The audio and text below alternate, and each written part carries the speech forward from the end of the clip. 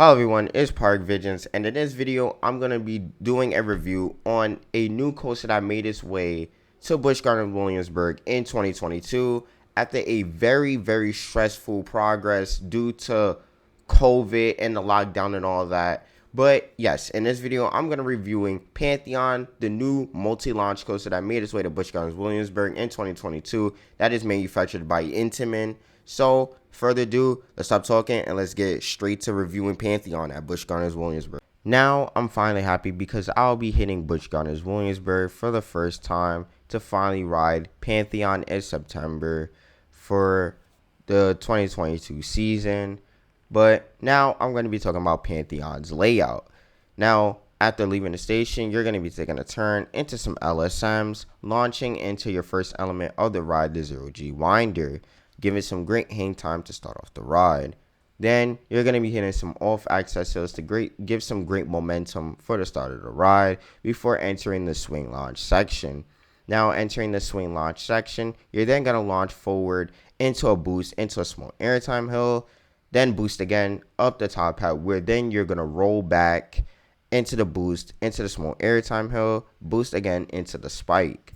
Then after leaving the spike, you're then going to come back down, boost into the small airtime hill, then boost again into the top hat, now finally clearing the top hat.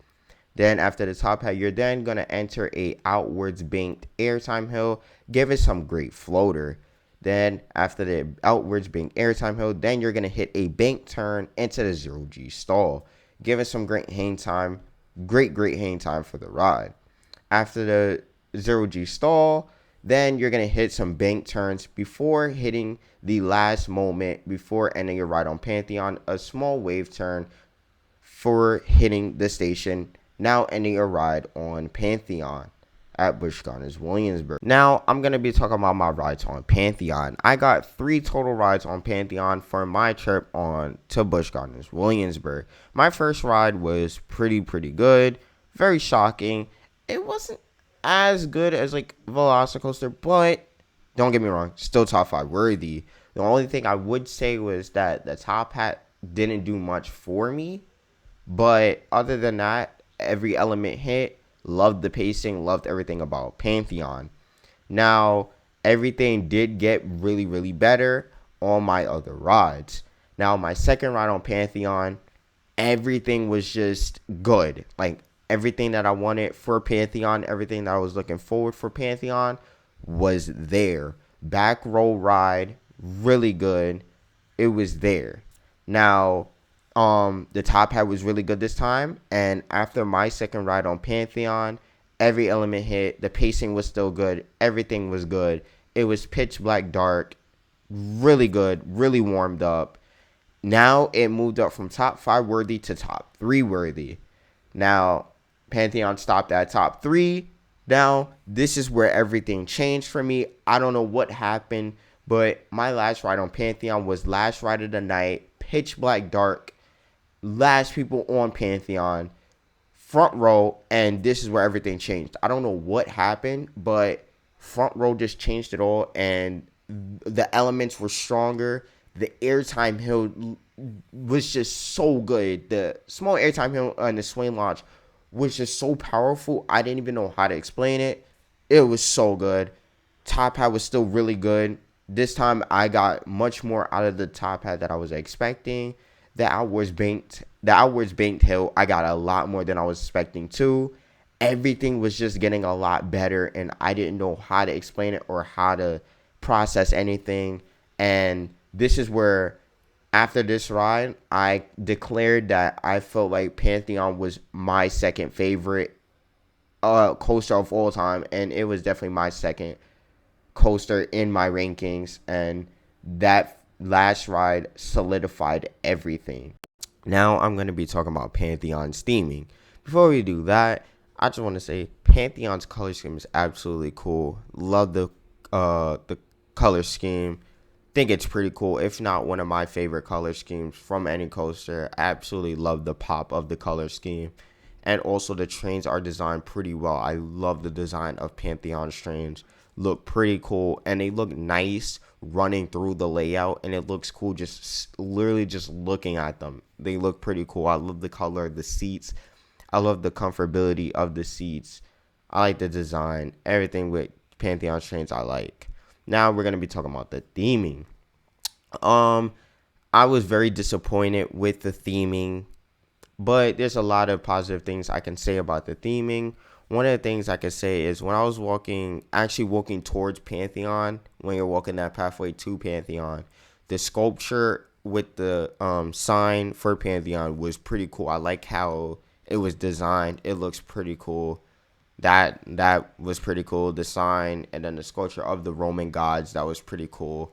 And also seeing like the flags of each of the Roman gods in the station, but you can see them from walking towards Pantheon. Those were pretty cool. And also I like the posters that were throughout the queue, telling the story of each Roman god, and also one of the posters telling the portion of the coaster of where each Roman god is, like what portion of the coaster is for which Roman gods. I thought that was pretty cool.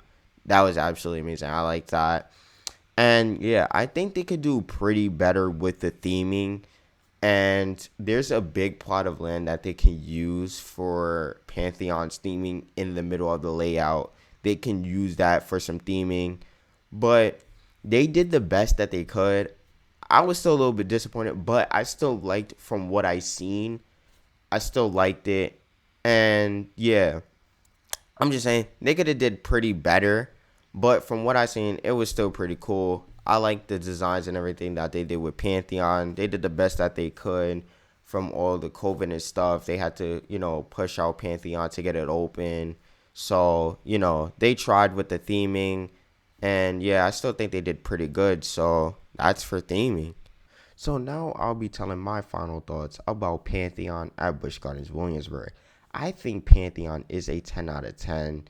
It's a very, very fun coaster that everybody can enjoy, and it's very creative and diverse.